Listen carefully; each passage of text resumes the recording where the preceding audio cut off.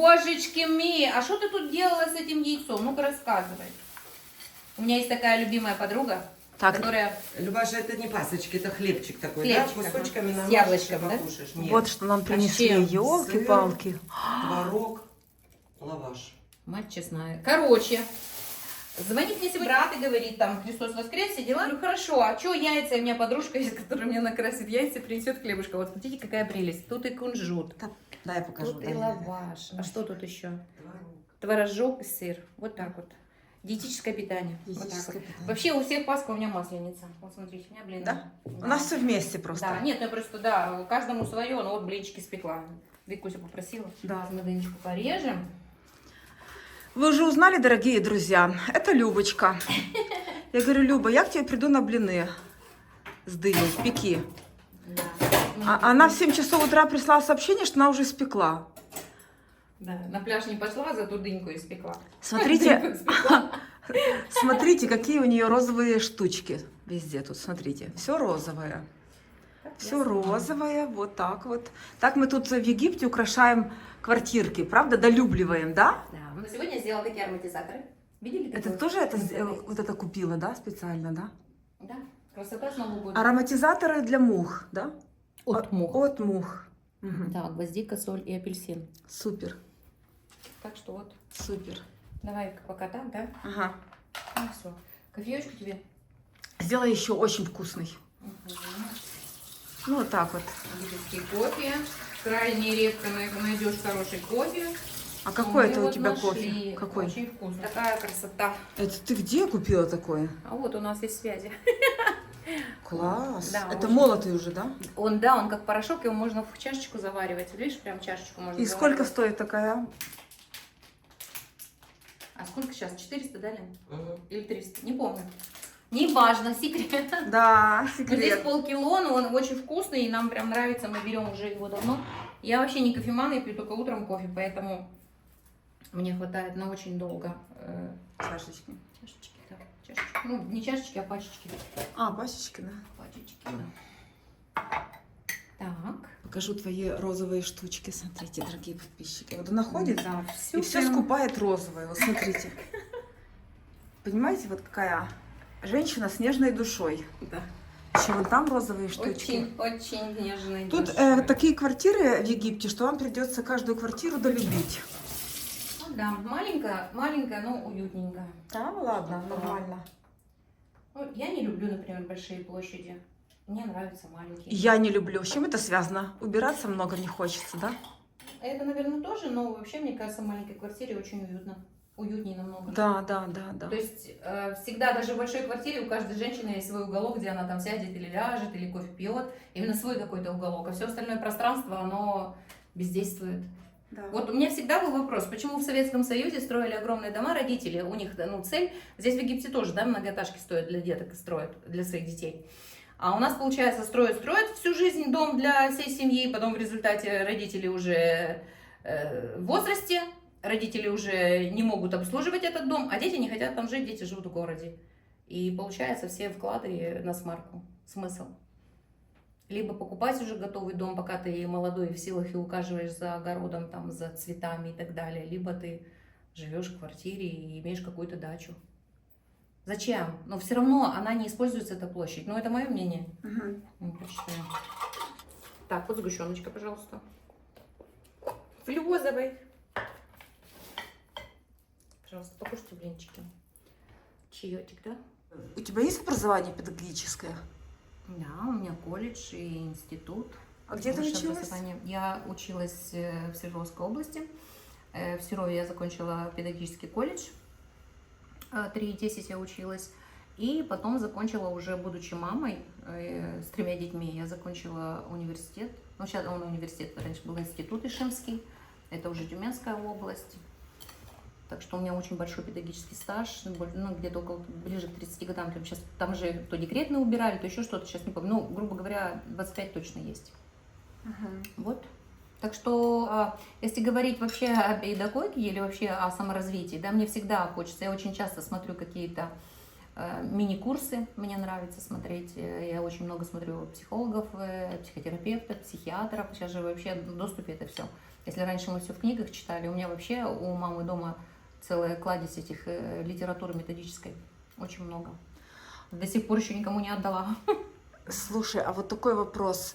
А вот какие рекомендации родителям ты бы хотела дать? Рекомендации. Ой, с родителями вообще надо дружить, родителей, как и детей, надо любить. Но вообще, если работать с родителями в тандеме, педагог и родитель, вот тогда получается классно. С детьми вот результат виден. Но одна, наверное, из самых важнейших рекомендаций родителей — надо заниматься, ну, как бы это ни банально звучало, надо заниматься, развивать своих детей, помогать им. Потому что сейчас, к сожалению, если раньше это было меньше, сейчас уже больше, пространство все заняли телефоны. Родители работают, а дети заняты сами, ну, даже домой они когда приходят, элементарно, даже утром 10 минут, проснувшись, там поговорить о природе, о погоде, что это наступило утро, встало солнышко, что сейчас мы идем. То есть если все действие проговаривать, ребенок будет запоминать. Вообще очень сложно, то есть самые элементарные какие-то знания у детей не прослеживаются. То есть, допустим, ребенку сложно определить, какой сегодня день недели, сейчас что, утро, обед, день, вечер или ночь. Ну, вот элементарные вещи. Я думаю, что родители думают, ну, мы и так все знаем, и они тоже знают, придет же когда-нибудь. А если все это, даже с рождения, вот когда ребенок маленький, ты ему проговариваешь, что сейчас мама тебе молочка наведет, сейчас мы с тобой будем кушать, сейчас мы с тобой поиграем, а что это тут красное солнышко, и вот такое все. У ребенка все откладывается там. И это же речь мамы, речь папы, речь бабушки. И у них всегда есть альтернатива, потому что, знаете, вот я еще помню, ну, с колледжа даже, у нас очень сильные были педагоги. Приходит бабушка, говорит, ой, посмотри, какая красивая игрушечка у нас. Подходит мама, говорит, ой, это что за желтенькая там погремушечка. Приходит папа, там, допустим, менее эмоциональный, говорит, посмотри, это солнышко. 3 информации у ребенка, даже у маленького. То есть у него есть возможность, да, рассуждать, почему один и тот же предмет называют по-разному. Вот, и у нас, когда, вот, допустим, ну, чтобы не было вот это ограниченное мышление ребенка, чтобы его не загоняли, то есть вот это черное, вот это белое, по-другому никак. Я даже недавно видела эксперимент, воспитатель или, не знаю, кто, может, психолог там, проводит эксперимент, сидят дети, показывает предмет черного цвета. По-моему, это вообще даже не сегодняшний эксперимент, а из советского времени. Один ребенок, который в их компании лидер, говорит, черный, а предмет белый, он говорит. Следующего ребенка спрашивает, Машенька, какой предмет? Она посмотрела, черный. И все, кроме одного ребенка, сказали, что черный, хотя предмет белый. Вопрос, почему? Вот, ну, это там же вот эти вот, когда человек подключается к другому мнению, и когда их начинают спрашивать отдельно, почему вы сказали, вы действительно видите, что он черный? С небольшим замедлением, там, с заминочкой, они говорят, ну да, другой говорит, нет, я сказал, потому что Ваня сказал.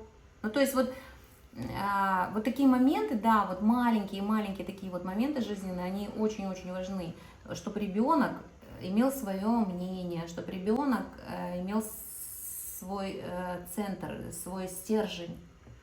Это очень важно. У нас в семье, у нас очень большая семья, очень дружная семья, у нас есть определенные традиции, и если взять конкретно мою семью, несмотря на то, что я очень рано овдовела, у нас очень теплые отношения с детьми, у меня 3 девочки, 3 внука, и у нас дружеские отношения, у нас нету, хотя я тоже могу быть очень строгой, у меня иногда бывает прям стальной голос, такой вот прям педагогический, у нас очень доверительные, теплые отношения, это очень важно. И сейчас, уже спустя многие годы, когда дети уже стали взрослыми, они мне многие вещи проговаривают, мне так это приятно, до боли, до слез, это радостно, что, ну, я имею в виду в хорошем смысле боли, сердце щемит, когда они говорят, спасибо, мама, что ты у нас такая, спасибо, что ты нам разрешала вот так и вот так. То есть есть какие-то вещи, которые они проговаривают, даже я их уже не помню, А они это помнят и мне говорят, вот хорошо, что у нас всегда был выбор. Они мне сказали в 9 классе, мы хотим поехать в колледж учиться, мы не хотим в школу.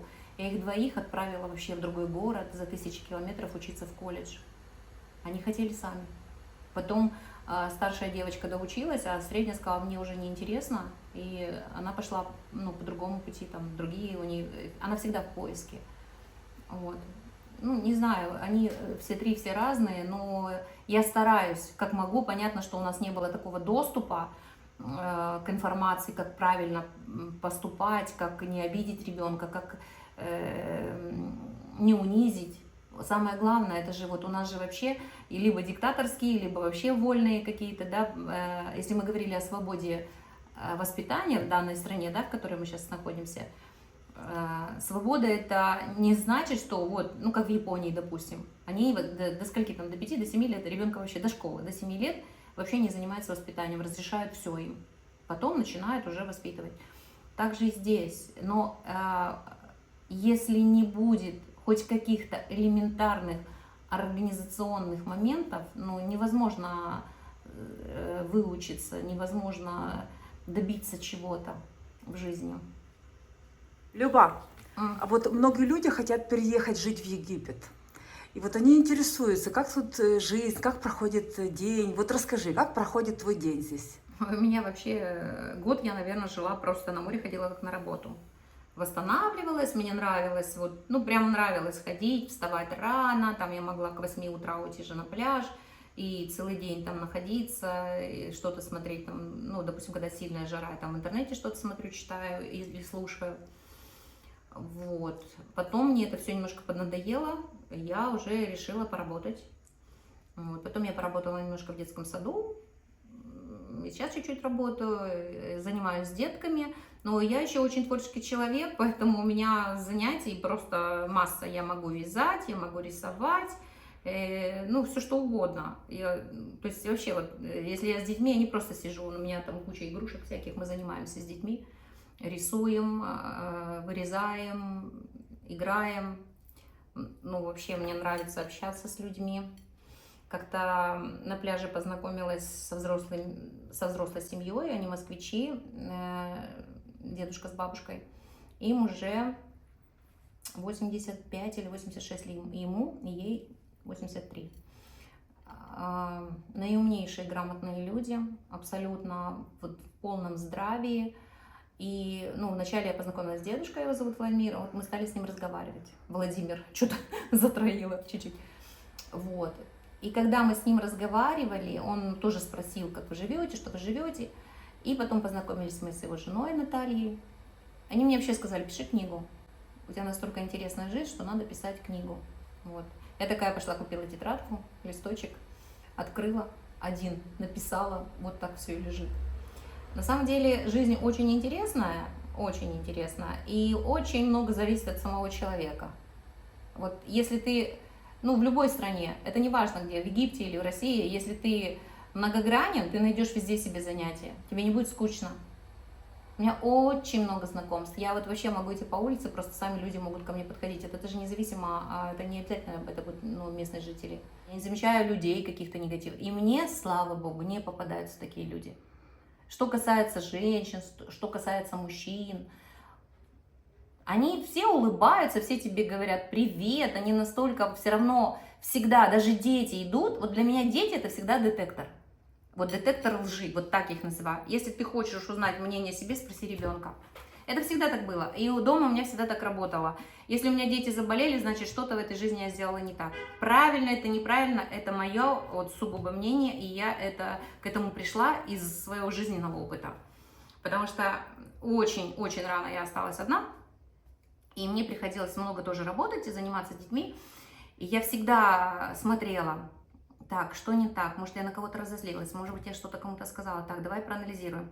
И когда вот сейчас я иду по улице здесь, и когда мне идет маленький ребенок, кричит мне hello, и кричит там Гамиля или там beautiful, я понимаю, что ребенок не наврет.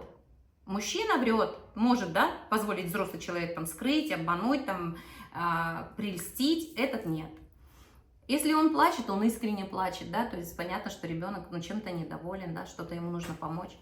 Если он тебе мило улыбается и там бежит тебя обнимает, то есть понимаешь, что ты хорошая, ты добрая, тебя дети любят, потому что вот они чувствуют твою энергию. Ну так же? А вот если бы ты писала бы книгу, на какую тему ты бы написала? Я думаю, что рассказала бы, наверное, всю историю своей семьи. Вообще, потому что я очень долго наблюдала за нашими родственниками, ну, с маминой линии, потому что с папиной линии как-то у нас не получилось, мы потеряли связь. Вот, наверное, написала бы вообще, начиная, наверное, с бабушки нашей, всю историю тех лет. Бабушка у меня была 903 года. Да, и она рассказывала, как они работали за трудодни, как они вот там прям, допустим, в поле, когда они убирали там рожь, пшеницу и лен, и они могли там родить ребенка, положить на солому, там на какую-то там юбку тоже, там уже несколько юбок носили, не было там нижнего белья в то время. Ребенка положили в тенечек и пошли дальше работать.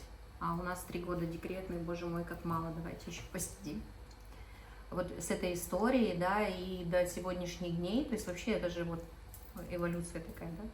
У нас в семье вот много поколений, то есть я даже была очень маленькая, я помню эти рассказы, а сестренка моя младшая, она тоже сейчас такие вещи мне рассказывает, как бабуля ей рассказывала, то есть как они вообще, бумаги не было, они делали зарубки на стене, на деревяшке, день отработали, зарубка, день отработали, зарубка, вот так вот раз, вот им посчитал это там, кто у них там, председатель колхоза, сколько она там трудодней отработала и дал там сколько-то зерна, никакими денежками не давали. Ну и вот вообще просто интересно, это же где-то отложилось там в голове, и ты понимаешь, что ты сегодня уже, тут гаджеты, а там еще какие-то там самолеты, вертолеты, да, как бабуля вообще этого не видела. А мама уже немножко другое поколение, она уже там ходила в школу, я там еще другое поколение, мои дети другое поколение, мои внуки вообще еще поколение. И вот, может, семейные какие-то вот ценности, потому что, ну, уже нету того, да, допустим, сейчас уже мало семей остались, которые соблюдают там традиции, там, на Новый год собираются, там, да, на какие-то дни рождения, там, юбилеи. Интересно, мне кажется, вот, ну, изнутри, просто не хочется там, допустим, всему миру рассказать об этом, а просто вот как дневник вести, хотя я вот в детстве вела дневник. Мне нравилось писать свои мысли, свои чувства. Наверное, о семье. А вот смотри, вот в педагогике что самое сложное? Вот сложные дети, какие это дети? Это разные. Тут вот, если говорить и в общих чертах, то, как правило, если родители, допустим, ну, педагоги, да, говорят, как сапожник без сапог, если родители понимающие, там, занимаются с детьми и так далее, ребенок, как правило, начинает себя вести не иначе, то есть он, ну, проявляет свою личность, да. Если, допустим, наоборот, в семье мало занимаются детем, да, то есть заняты родители работой, там, ну, как правило же, вот особенно в больших городах же, вот работа, да, пока там транспорт, пока доехал туда-сюда и везде. А ребенок, больше, когда у него свободы, предоставлен себе, ну, наверное, легче приспосабливается, что ли, вот, наверное, может, некрасивое слово приспосабливается, но адаптируется легче, с ним интереснее.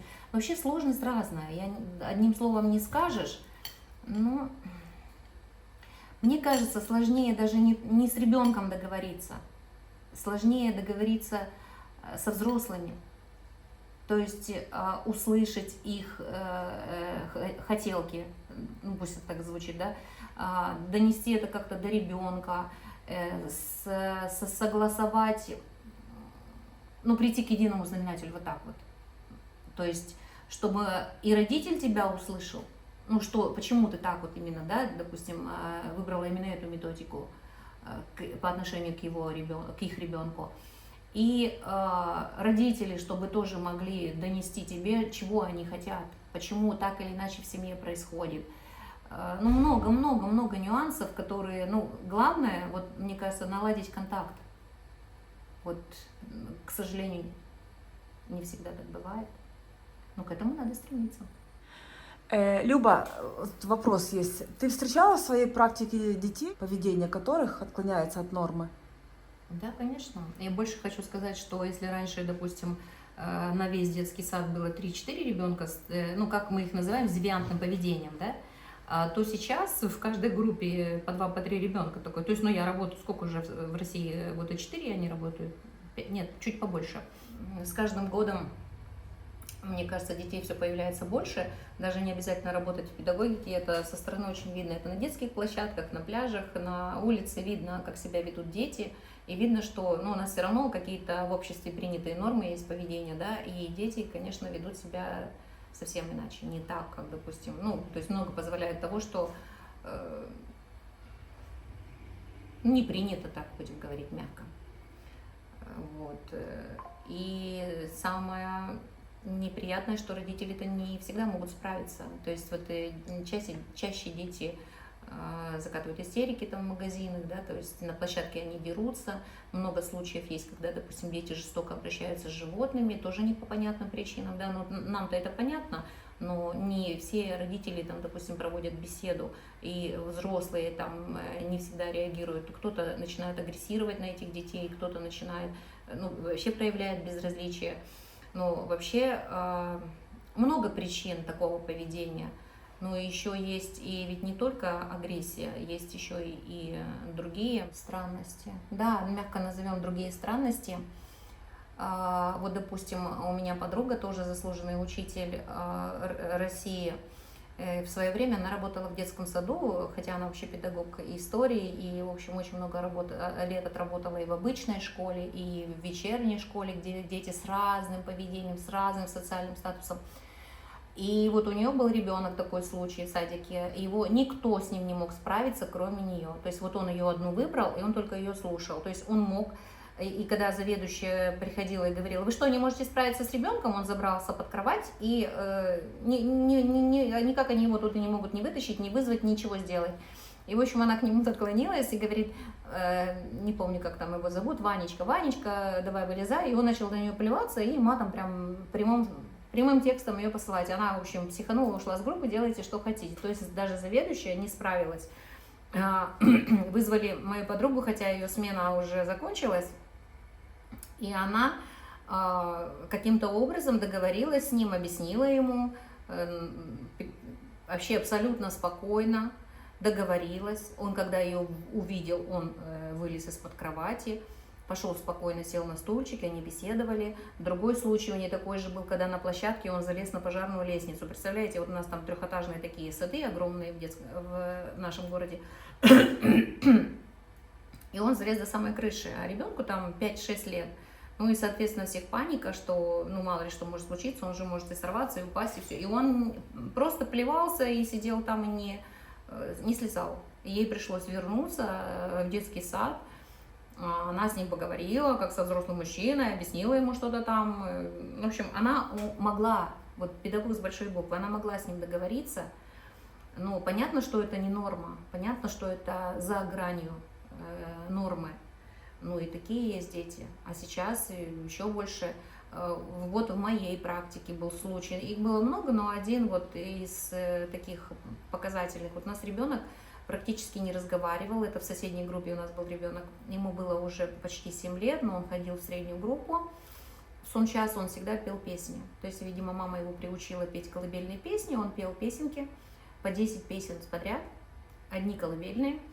Вот. А у меня был такой период, я, в общем, могла одевать такие вещи, допустим, красная водолазка, красные колготки, сиреневая водолазка, сиреневые колготки, желтая водолазка, желтые колготки. Ну, в общем, в детский сад ходила вот как кукла. И именно когда в какой-то день я зашла к ней в сон час, мне нужно было взять какую-то методическую литературу, и он, увидев меня, вот в красном цвете, у меня был сарафан такой, ну, коричневый, ляпистый, а колготки и водолазка была красная. Ребенок просто с какой-то агрессией поднялся и шел ко мне, вот прям бежал, вот издавал какие-то звуки, и я думала, мне было очень, ну, я не ожидала, было удивительно, страшно, и все, и она говорит, воспитатель говорит, уходи, ему, видимо, очень сильно раздражает красный цвет, хотя я в других, когда приходила, он спокойно реагировал. Вот, пожалуйста, что это? Но тут точно не заключение педагогов надо делать. Но ребенок ходил, общался со всеми детьми, был в общей группе. Сейчас же это принято, чтобы дети хоть с нарушением там физическим там и психическим, они все ходят в одну группу, адаптируются, это нормально. Так дети ДЦПшники ходят и аутисты все вместе. Сейчас это принято, чтобы они могли адаптироваться в социальной среде. Слушай, вот дети аутисты, на твой взгляд, почему их так много сейчас? С чем это связано? Ну, я не профессор, конечно, но я хочу сказать, ну, это мое личное мнение, мне кажется, что это вообще дети с другой планеты. То есть они настолько, у них мозг развит, иначе никак мы так не можем думать. Они думают, наверное, намного глубже, чем мы. Ну, вот...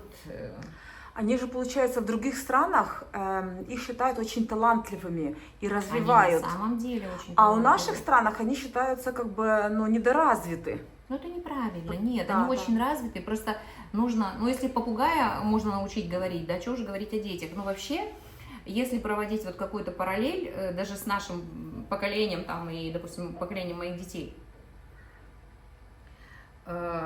эти дети-аутисты, они другие, у них мозг совершенно по-другому работает, то есть, если, ну, правильно родители направят этого ребенка и найдут в нем вот это вот талантище, которое в нем сидит, там большие люди вырастают, ну, с большой буквы. И если уж говорить опять, вернусь как неприятное слово микса, да, дети смешанных родителей, да, допустим, это будут африканцы, это будут дагестанцы, это будут кавказцы, там, азербайджаны, азиаты, неважно. И славяне, очень-очень много талантливых людей. Далеко не будем ходить. Русский поэт Александр Сергеевич Пушкин. Русский, да? А папа у него африканец. Талантище. И Африка считает его своим достоянием, и Россия считает его своим достоянием. И много таких, если посмотреть историю, очень много, когда родители разных национальностей, дети вырастают очень-очень талантливыми. Но опять же, все же зависит, в какое русло направят их родители, помогут им. Не сломают, а именно помогут. Также и с детьми с аутистами. Если ими заниматься и уделить им нужное внимание, и вовремя заметить это все. Очень много, кстати, аутистов выправляется. Очень много. Если вовремя это все предотвратить и помочь, вообще абсолютно нормальный человек вырастает. И такое есть. Класс. Подарок родителей благодарных. Подарок родителей, да? Очень красиво. Очень вкусный блин. Я 2 штучки Маркусу возьму, хорошо? Да хоть 5. Салфеточку. Не, 2 штучки. Я тебе мешочек дам. Вот так вот.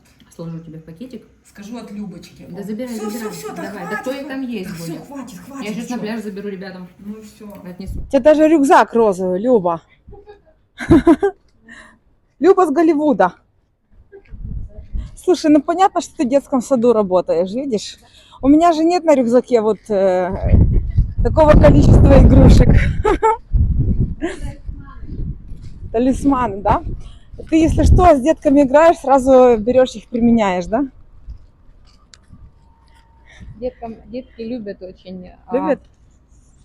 Детки любят, когда у взрослых есть какие-то детские атрибуты. Когда ты одеваешься как-то так немножко веселенько, они прям любят. Рассматривают маникюр, там все время любят. Ой, у тебя там блестит, там красиво, а тут розовое, тут зеленое. Интересно им все это. Ну, то есть, мне кажется, так на психологическом уровне ты немножко спускаешься к ним туда, и там им классно с тобой на одном уровне общаться. Не когда ты там тетя Мотя, а когда все хорошо. Ну да. Дай я тебе покажу, как ты выглядишь. А, да, выкидывай. Вот так вот у нас мусорки по дороге. Такая вот идет веселенькая. Вот наша красавица идет с собаком. Смотрите, какая у нее охрана. Вот. О! Да, ну понятно, Ну давай увидимся. Да потихо. Ну, увидимся, пока. Вот видите, наша деревушка. Идешь, встретишь кого-то, кого знаешь. Люба, на протяжении всего дня можно встретить кучу людей, да? Знакомых, да. Да. Скажи. Да тут вообще все знакомые, мне кажется. Хургада такая маленькая деревня, что здесь всегда уютно и приятно встречать какие-то лица, которые даже ты не знаешь, так где-то 2-3 раза видела на пляже. И они тебе все машут, и все с тобой здороваются. Это здорово. Вот я поэтому люблю Хургаду. Люблю ходить по улицам, наблюдать. Очень люблю вот здесь вот ходить около госпиталя. Там такая красота всегда. Да, они сделали ремонт. Так они вот эти музыкальные фонтаны включают. Мне очень нравится вечером. Такая прохлада от воды. Музыка играет, и они цветные. И под музыку играют, вода, ой, господи. Под музыку выходит водичка. То сильнее, то слабее. Очень классно. Очень красиво. Да, видишь как? А вот тут только сейчас была, наверное, видишь, включили. Сейчас, наверное, будет музыка играть. Да, вот заиграла музыка. Кстати, сейчас будут фонтаны. О, видишь, как мы с тобой вовремя. Это вот к деньгам. Видишь, как вовремя мы с тобой. Это к деньгам. Да? По времени включают. Видишь, она классная музыка. Да? Ага.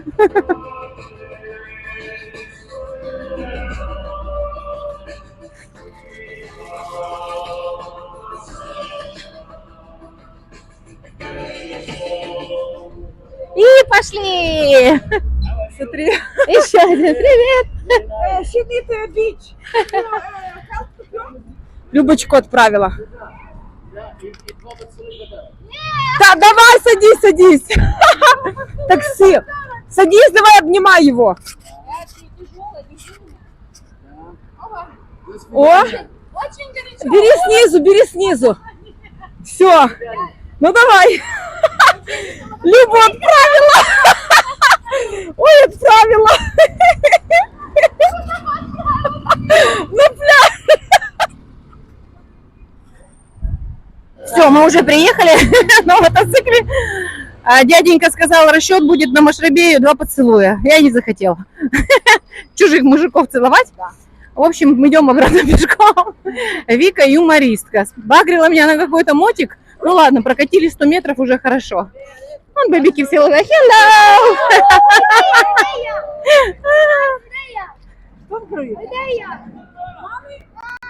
Он просил деньги, говорит, маны, представляешь, Да, маны да, сразу. да, Я они говорю, типа, мафиш он флюс. Мафиш флюс, это нет денег, нет. Мафиш флюс. Деньги есть, но не для вас. Деньги есть, но не для вас, да. Видишь, тут только выйти из дома и сразу приключения. И на мотоцикле 200 метров проехала или 100. О, наш продавец. Хороший дядечка. О.